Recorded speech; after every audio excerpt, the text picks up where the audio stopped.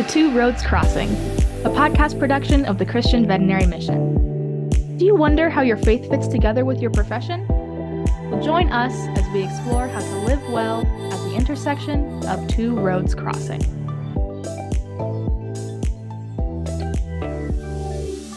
Hello and welcome to Two Roads Crossing. I'm your host, Curtis Gibbs, pastor and region rep in the West, and get to be the host for our podcast here at CVM, where we explore the intersection of faith and veterinary medicine. And today we're on the road with Dr. Diane Noll. Diane, thanks for joining the podcast today.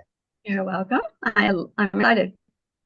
Well, tell us, Diane, where are you coming from? Where do you serve in vet med? I am in Eastern Iowa. Has that been home? It Growing is up home. and It is home. Never left Iowa. how about vet school? Were you Iowa State even? Yeah. I've never left Iowa. Yeah. Hey, God I calls have some those to thoughts Iowa. I Some have to Africa. thoughts of leaving, and then I was like, why? Yeah, it's a good state. Oh, that's Yeah. lovely. Well, Yeah. tell what roles in vet med are you doing right now? What is your career looking like right now? So I sold my practice in 2018 to my associate. So I am now doing relief work for small veterinarians, mostly who don't have an associate and can't leave on a vacation, or just as an extra help until they get an associate hired. So I'm kind of romancing that between about 5 clinics right now. I also do 3 shelters, 1 or 2 days a month. And then in-home euthanasia. And then I am adding a vet room onto my new home. And I'm going to do some house call practice, both house call and at my house, just a little bit. So it sounds like a lot, but I'm going to try to keep it to 3 days a week or something. I think it's called semi-retirement. I'm not sure. Yeah, it does not sound semi to me. It sounds like 3 days a week into each day of the week. That's what it sounds like to me. Well, I used to be in a small town, large animal practice. So the phone rang at night on weekends. We didn't have an emergency facility. So just because my phone doesn't ring nights and weekends, it feels like semi-retirement. Feels good. I like that.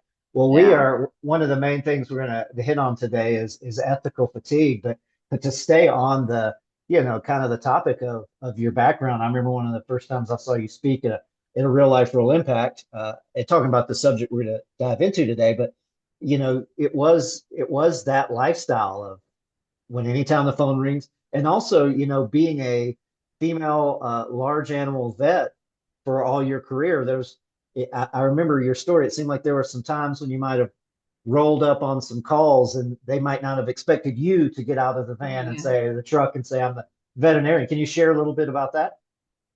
Yeah, the practice I went to actually had a husband and wife team there before. However, she only did small animals. So even though they had gotten accustomed to a female vet, she didn't go out on the farms. So that was a break-in there. One time I was doing a cesarean on a sow, and this gentleman, you can tell when they're not very happy with you when they don't talk at all. So he's completely silent, old man, and I'm wrapping up the cesarean and putting my sutures in, and he said, well, I guess that's one good thing about a female veterinarian. And I said, what's that? And he said, well, you're sewing. So because I was, and I think that's as close as he could come to a compliment. And then he continued to call me after that, but I just had that little hurdle to show him that I was capable. So yeah, there weren't a lot of female vets at that time, 42 years ago. So I was constantly having to prove myself. Sometimes they would look at me and look at my size. I'm not very tall. Another way sometimes the farmers would challenge me would be, we're trying to secure a cow in a paddock, and I'm not a cowboy. I had lariats, but I'm not a cowboy. And so I would hand it to them to see if they would be willing to throw the rope if they didn't have one, and they would often hand it back to me. So just like, let's see what she can do. So you had to prove yourself a lot. So Yeah. what did you find the key in that kind of moment of a little bit of challenge, a little bit of resiliency, a little bit of skepticism? Hmm. How did you walk through that, or what are some things you could pass on to people that still find themselves sometimes in those situations? Well, it was pretty much good to never lose your temper, and you're just constantly trying to be kind and win them over. And I maybe have a tendency to get a little wordy and jabbery, and especially for men, when they're not trusting you anyway, you might as well not jabber and jabber. And um, another place that would be sometimes a challenge. I grew up on a farm, and I can back a wagon up to anything. And so when I would have my cattle chute along, so many times when I would arrive at the farm, they might say, "Go ahead and get out, and I'll back it for you." And challenge on, because Yeah, I can back my own truck. yeah, And they would often be impressed that I could put it on a dime. Sometimes they'd say, "We'll unhook it there and we'll hook it up to the tractor," which I think meant that they couldn't even back it up. But I could hold my own on backing a truck. But I loved large animal. I think it was always worth it. When I graduated, all I wanted to work on was cows. Um, so it was still worth it, all of that. And if once you impress a farmer, they'll often tell their friends, and then you get the community to rally around you. you kind of become their person then. Just a little bit of prove yourself first sometimes to Yeah. some people, I guess. Okay. Well, I love it. That That's doesn't mean you don't go home sometimes and cry because, like, oh my gosh, if I were a male veterinarian, I wouldn't be having to prove myself. mhm. Yeah. Sure. That you wouldn't ask another man to back up their truck kind of situation. Yeah, No, sure. no.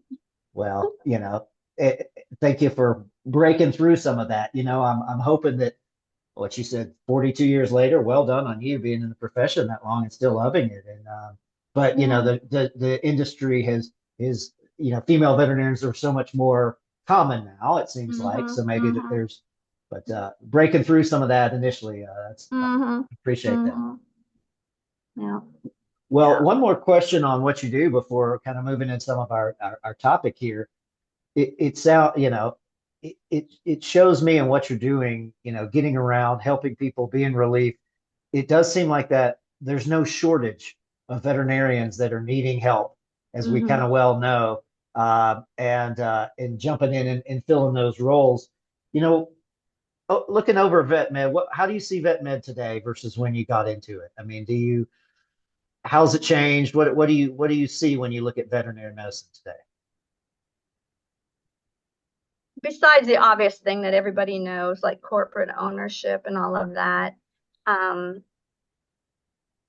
and things change, like the frustrations, the problems. We have different problems today than we had in those days. So the problem in those days was often communication. I mean, I started out with a CB radio that was in my truck. So if I was at a farm, the office couldn't reach me until I got back in my truck.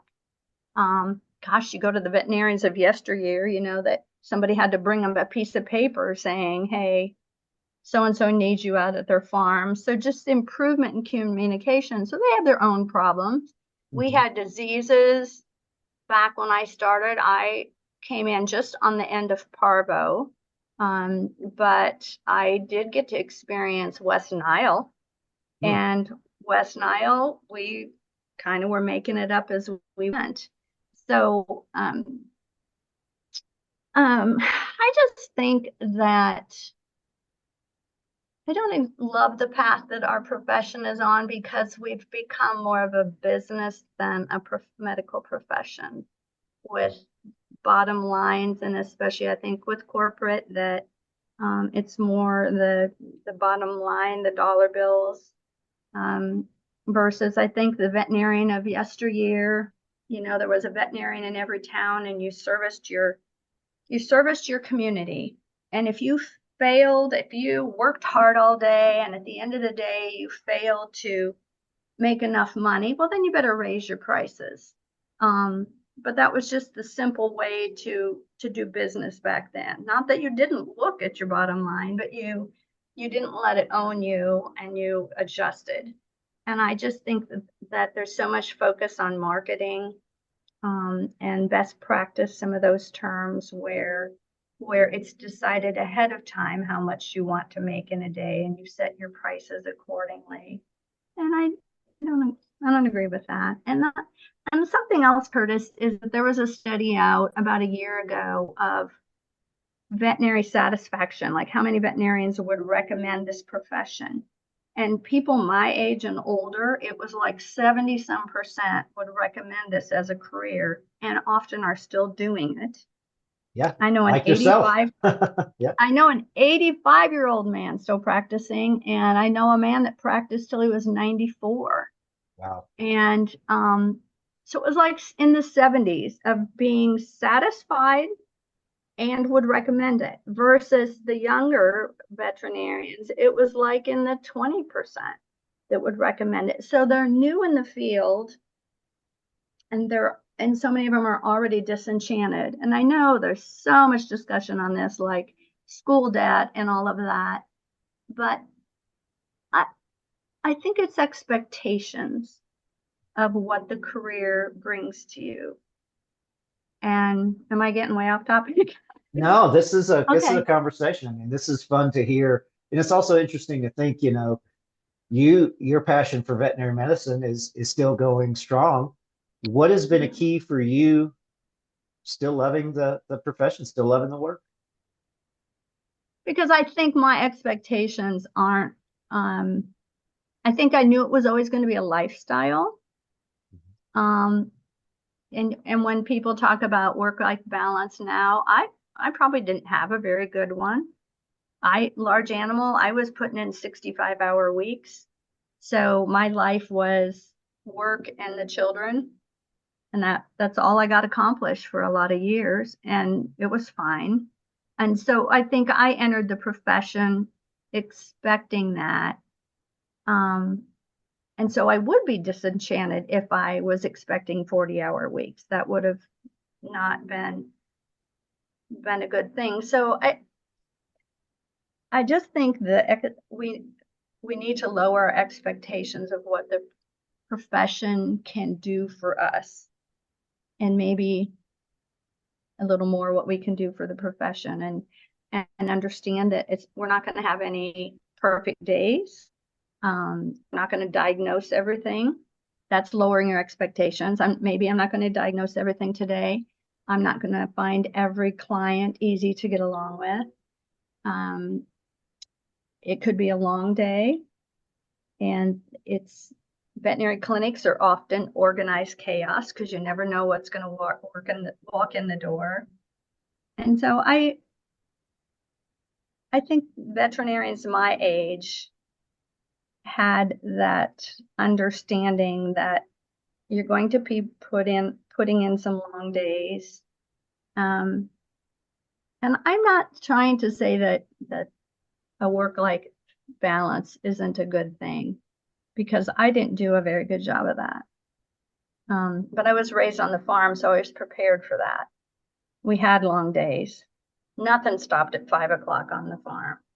So I understand that difference.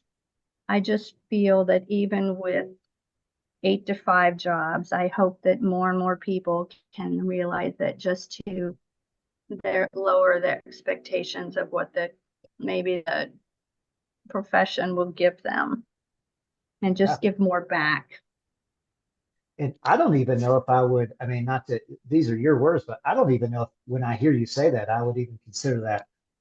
I see what you mean by lowering expectations, but it almost sounds like just right sizing expectations, like, Okay. I don't, sometimes I hear the word lower your expectations. It just means, but a lot of what you're saying is just common, what you're going to experience every day. So it's almost just like, it might be lower, yeah, if you're experiencing that, but it's almost just right sizing what the expectation might be. Well, let's talk about, one of the topics I've heard you speak about, real life real impact, because it does flow into why there is some dissatisfaction in the veterinary profession amongst some, and helps people put their finger on it. And that is the topic of ethical fatigue. So can you, define what you mean by that, and how you see that playing into the veterinary profession today?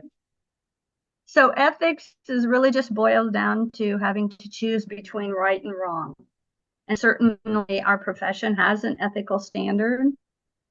Everybody, hopefully, as a person, has an ethical standard. Hopefully, as Christians, we have an even better ethical standard. But I got interested in this topic when I read an article that I never saved and I've never been able to find, written by a lady that said that she feels that people that enter into a medical profession often have, so that because there's so much talk about compassion fatigue. And if you go into a medical field, her point was that most everybody has the compassion. That's why they went into it. They have a lot of compassion. Now, maybe any given day, you lose too many patients, it's a long day. Maybe at the end of that day, you're spent. But the average person full of compassion can start the next day and do it all over again. So her contention was that people have less compassion fatigue than they do ethical fatigue. So ethics, when you have to make those choices between right and wrong. And so once I read her article, I started making a list, and it took me no time to fill 2 pages with situations that I encounter that are ethical challenges. And so even if so an example, someone asks you to not divulge a husband and wife split and not to share their parental records with the other spouse. Sign a document that a pit bull is not a pit bull, so they can have it in a city that has a pit bull ban. Mm. So those are like to falsify a health certificate. Do surgery on an animal to correct a defect so they can sell it, having not had a defect. Dehorning cattle and selling them as poultry. The list goes on. I could read the whole list. But like, even though you may in those situations have perfect ethics, you know exactly where you're going to stand on that. But just because all day long you can be asked to stand your ground on that, that can fatigue you. Like, no, I'm not going to give you that health paper. No, I'm not going to sign. And then whatever ramifications you get from that. Yeah, you're not running through your list of diagnosing this animal or what is my skill set or how do I do this surgery. You're in the realm now of moral and, for those Christians, theological, and almost any of these situations seem interpersonal conflict, like you're being asked by somebody else to do something who's probably a client, right? So then it's like, you're going to turn them down. How's this going to affect me, our relationship, our business, the Google reviews I get, whatever? It seems like that's a lot. It's huge. Yeah. Giving a prescription for an animal without seeing it. In large animal, we would sometimes be asked to write a necropsy insurance report for a cow that was dead in a field after a lightning storm. Well, we can't write the report without seeing the cow. Oh, doc, come on. We had a storm and she's under a tree. Can you just write the report? I don't have time. I don't have the money to have you come out. And just that's a pressure that you have to stand up to maybe a superbly good client. I'll give you a couple more. I've got up my list here. Yeah, could be a power dynamic involved. There could be all kind of stuff going on there. Yeah, absolutely. I've had clients asked to have us dispense anesthetics so they can groom their own animals at home. A big one is being asked to prescribe medications for a competitive edge. So there's certain things you can give for a competitive edge. Do that.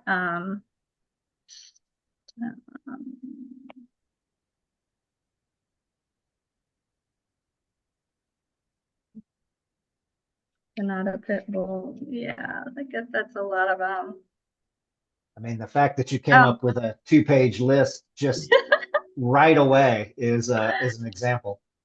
Another one was that we have an OFA exam that's for hip dysplasia.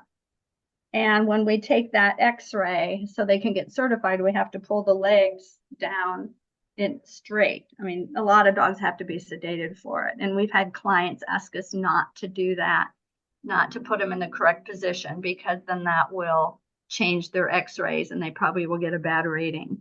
And I lost a client over that, but that was an okay loss. Yeah, I guess there's some people that put you in that place. They may not be, but that's different. Like now you there's the one thing you probably can afford to do is lose a client because there's 5, 10 more. But that's not always the case. And it could be a very good client. It could be somebody that's a friend or a friend of the owner of the business. I mean, it seems like in a lot of these situations, you're almost you're having to defend the situation, but you're almost being put in the role of being the bad guy or bad girl if you turn them down. Like, come on, doc. Like, so it's like this passive aggressive you're put in a spot of, hey, I'm not the one asking to do the wrong thing. You're putting me in the spot. I'm just saying, no, why are you making me feel? And if you have a few of those in one day, wow, that can really stress you. Yeah. Well, as you began to think about this and unpack this, what did you find were maybe some keys to being resilient in facing ethical fatigue?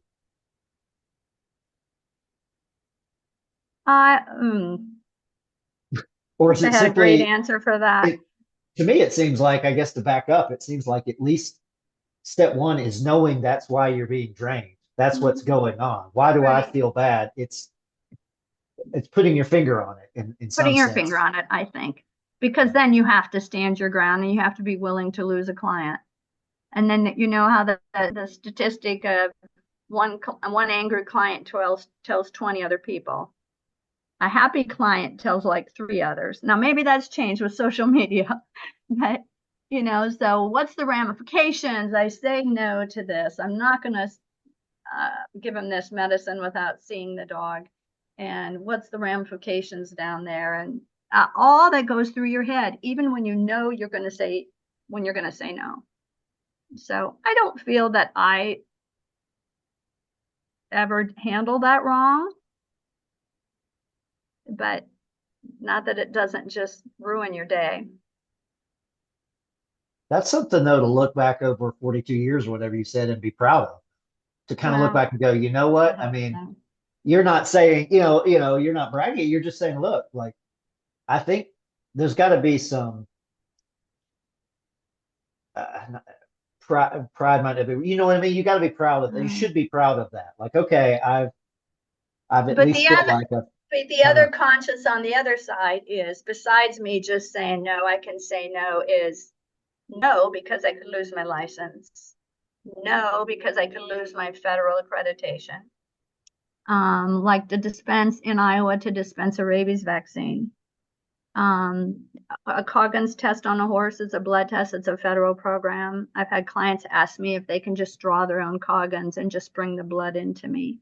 That's a federal program. I could lose my federal accreditation. So you still have this nagging at you over here. I'm not going to push those limits. I'm not going to lose my license over that. True. You work too hard to get here. And then, if word gets out that maybe you're a vet that cuts corners, there might be word gets out there too. There might be good or bad. You might have more bad people looking you up. You might have, that's absolutely, slippery slope. Those are the kind you don't want to work for anyway.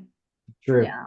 Well, I will press, even if there's not a great answer, I'll press back into the question. One, it's knowing it and labeling it and understanding this is why I'm fatigued. This is why I'm feeling burnout today. And sometimes it just is. You're put in a position that you didn't create, that you just had to respond to, live to fight another day.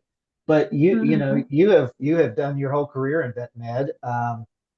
So how have you kind of been resilient with some of these ethical fatigue scenarios to just keep coming back and keep loving what you do? Well, a lot of prayer, I would say. And there's scripture about keeping your integrity. I had one on my desk for a long time, of just maintaining integrity. I've got it right here.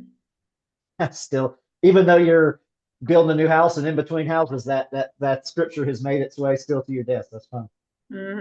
Psalm 25:21, may integrity and uprightness protect me because my hope, Lord, is in you. Yeah. I'm guessing you've looked at that a time or two, And then Proverbs 11:3, the integrity of the upright guides them, but the unfaithful are destroyed by their duplicity. So, yeah, I haven't always done it right. I know. People being what they are, they can put pressure on you, and us and me being what I am, weak at times. But I believe the ethical standards are obviously there for a reason. Yeah. And the AVMA ethics, if you go into the history of it, did not used to include care for animal pain, and more care for the animal. The ethics for our organization even started out mostly as not advertising. Back in veterinary medicine, advertising was looked down on. Keeping your interactions with other clients. Actually, way back, it was considered unethical or bad manners, maybe more, to take on another veterinarian's clients without their permission. So nowadays, where people, go somewhere else for a second opinion or just switch veterinarians because they want somebody different, it was considered wrong to take on another veterinarian's clients without their permission. So there were just some really neat ethical standards about advertising and marketing and that kind of thing. So things have changed, and I think a lot for the good. I think the AVMA at least has greatly increased their ethics standards. And they're grappling, in some right ways. There's probably some ways you could critique too, but they're coming around wellness, and that, whatever you say about how some of the many things that they're doing, and many of them are good, it's definitely a priority, and that's nice too, because I think ethical fatigue can kind of fit in that realm of one's wellness to a degree as well. Well, as you mentioned, ethics in general and the difference between, compassion fatigue, but this is different. You highlighting this also just highlights the fact that ethics can be a moving target or an evolving thing. And I think that's why I love that you highlighted Psalm 25:21 and Psalm 11:3, because that isn't moving, that hasn't changed, right? And so that can be the other challenge about ethical fatigue is, what does AVMA say? What does my new corporate owner say versus when I was working for the mom and pop that used to own this place? And so some of those ethics can kind of be, other people's ethics might not match our own, which I think is lovely is why you had scripture on your desk. Yeah. And one of the other things about that we talked the last time we presented this is ethics being discussed enough in vet school? And should ethics be discussed at your job interview? What am I going to be Is there anything unethical? And there's a particular way to ask that question, because you don't want to use that word. But I know of a veterinarian that hired into a practice that he was expected to do ear crops, and he was against them. He considered them unethical. And so how to even bridge for new graduates, to introduce that question about what you might be expected to do. That's tough. That's a good word. And it's good to begin to process that now, because it's a lot harder in the moment, right? I mean, you're not going to know every situation you're put in, but if you if you know who you are, if you know what your standards are ethically, for many Mhm. listen to this, believers, so theologically, like, okay, here's what I consider good stewardship of an animal, but maybe cropping years might fall Mhm. outside of that for that particular individual. Well, I'm drawing the line here, and yeah, but how do you Mhm. maybe how do you unearth some of those things before Yeah, and you're, I'm not yeah, sure you can. I'm not sure that comes out in an interview. I know of another veterinarian left to practice because they were expected to write health papers without seeing the animal. And it just crosses a lot of lines. sure.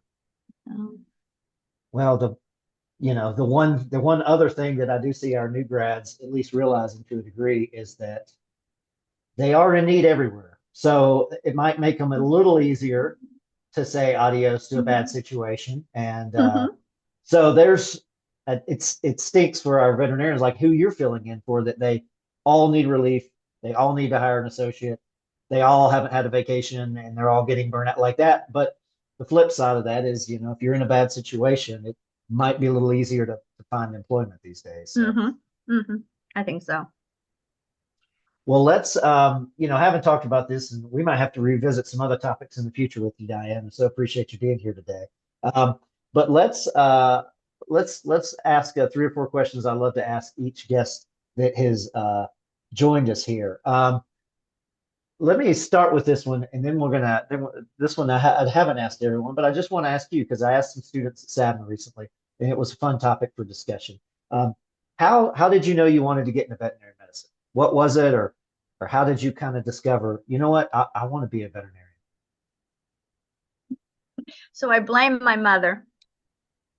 When I was a little girl, because my sister and I were never in the house. We were always in the barn. So typical cowboy, tom girls and tomboys, whatever the term is.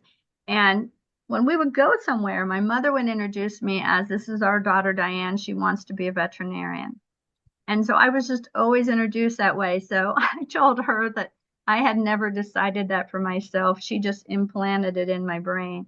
And she's like, "Oh, for Pete's sake, that's all you ever talked about." But um, I just wanted to be a cow veterinarian. I thought, and this is something that I am grateful that the Lord has pointed out to me over the years, is that I think initially, besides just loving cows, loving the outdoors, I think I really idolized the lifestyle of a veterinarian. And so I really feel like I went after it for that reason. My application and starting vet school was, I kind of wanted to be a vet. And it wasn't too many years, maybe down the road, that I realized that I wasn't so much in love with the lifestyle. I feel like I embraced it okay, and my family did. But I think I really then began to realize I loved medicine. Um, I loved what medicine could do. I loved what medicine could, um, how it could save animals, how um, new developments like the challenge of West Nile was quite an adrenaline rush, because then we were just calling each other. Nobody knew how to treat West Nile horses. I had a barn full of stumbling, falling horses, and we Hmm, saved every one of them. And that's just wow. sheer living there for weeks. And, but I think I really became intrigued with just human medicine and animal medicine, just how you can save a life, you can prolong a life, you can improve a life. Um, and now, in these last years, I feel like God has really just showed me that I really love it more that it's a people business, Hmm. because I love meeting new people every day.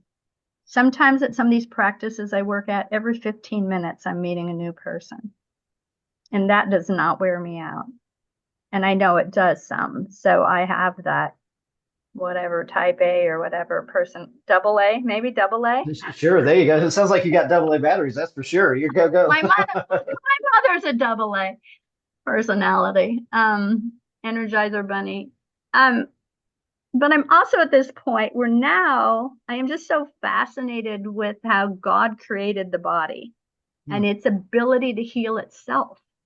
So I think like that interim, I was so into how veterinarians fix things and medicine fix things.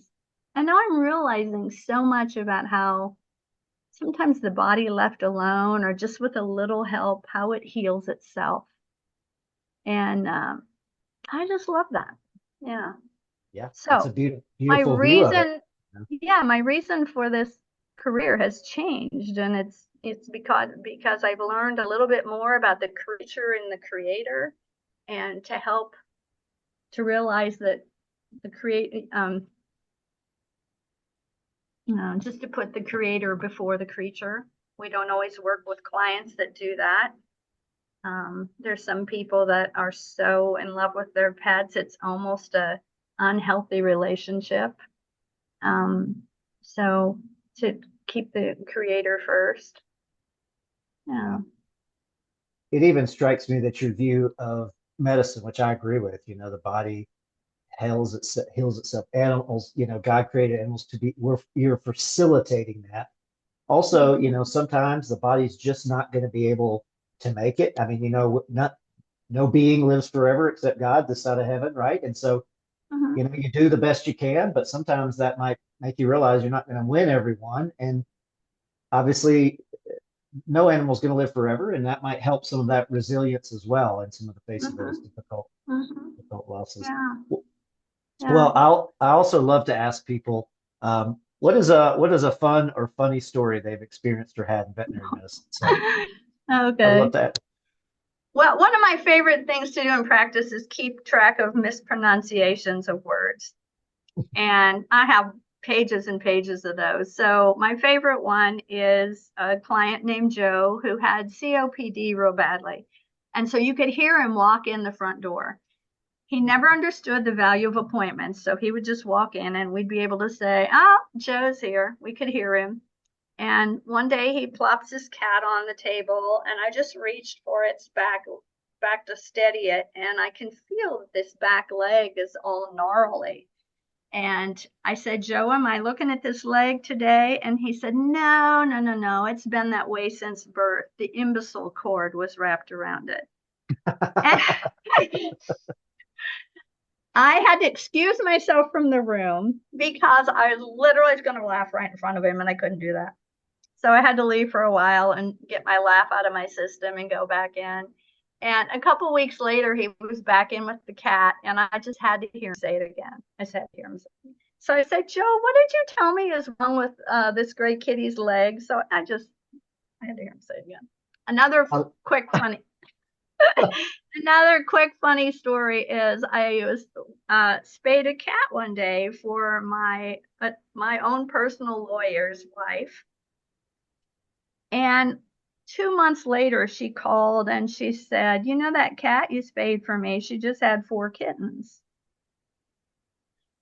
I'm like, "What? How can that be?" And it came to me pretty fast that so often when I was in surgery, the staff is coming to me with questions. "What do you want me to do with this?" And I imagined that I just opened her up and somebody distracted me and I closed her up without officially spaying her. And I said, "Lori, what can I do?" And she said, "Well, the kids seem to be enjoying the kittens. So if you just help us give them new homes at some point." And absolutely, I will. That's why I got off the phone. I thought of all the people to not properly do a surgery on. I picked a lawyer's cat. Yeah. That's right. But they were gracious. I was going to say it was a bold move to do anything with your lawyers. I would have just said, you know what? There's a client down the street. Oh my gosh. Yeah. Oh, And I still get together with her for coffee once in a while and she still laughs about it. So I'm glad for that. Yeah. It was either that or a miraculous conception, but I'm going to say probably I think you probably got right what happened. Well, Dr. Noll, it's been lovely talking to you today, and I appreciate you sharing about this. And we may have to get you on again to share about some other things. But how about what is one last thing you'd like to leave to encourage our listeners today? I think that we are in a profession that is a privilege.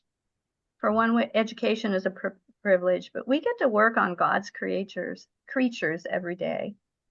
And that is such a privilege. We get to improve their lives. And I wasn't great about thanking God and inviting him to be in that with me. I would often pray for my family and for illnesses and my marriage, but I rarely prayed about my business because I think I so thought that I had that part. I got this.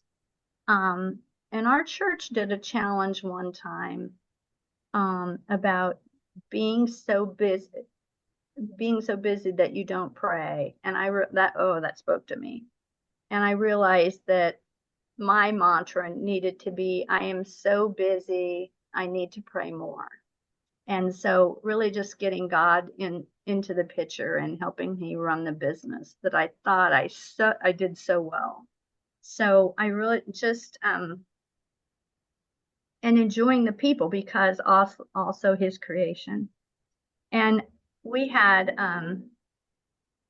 sometimes on the way to work, I would pray the gifts of the Spirit just to help me, Lord, have all of those today, every single one of them, not just humility today and kindness tomorrow, but all of them today.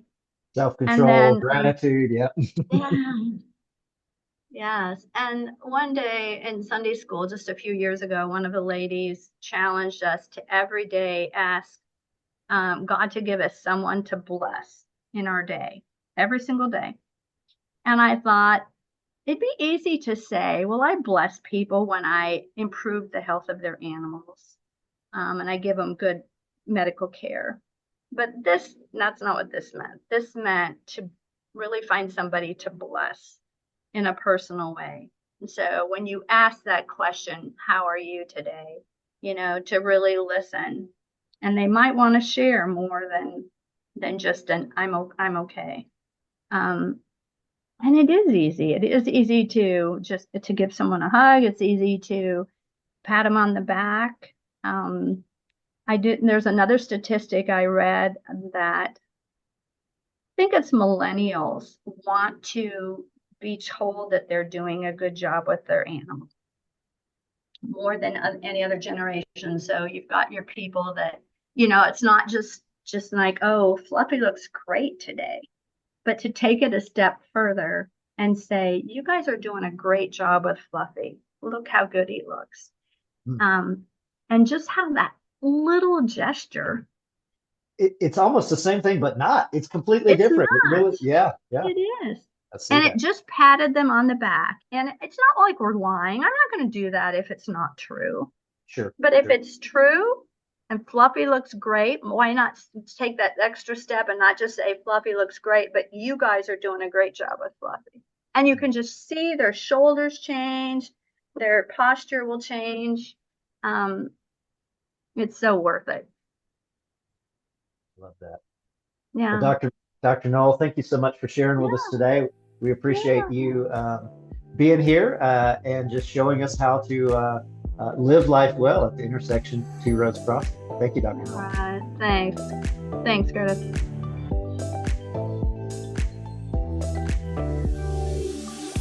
Thank you for listening to Two Roads Crossing, a podcast production of the Christian Veterinary Mission. If you were blessed by this content, like and subscribe so that you are alerted when new content is released.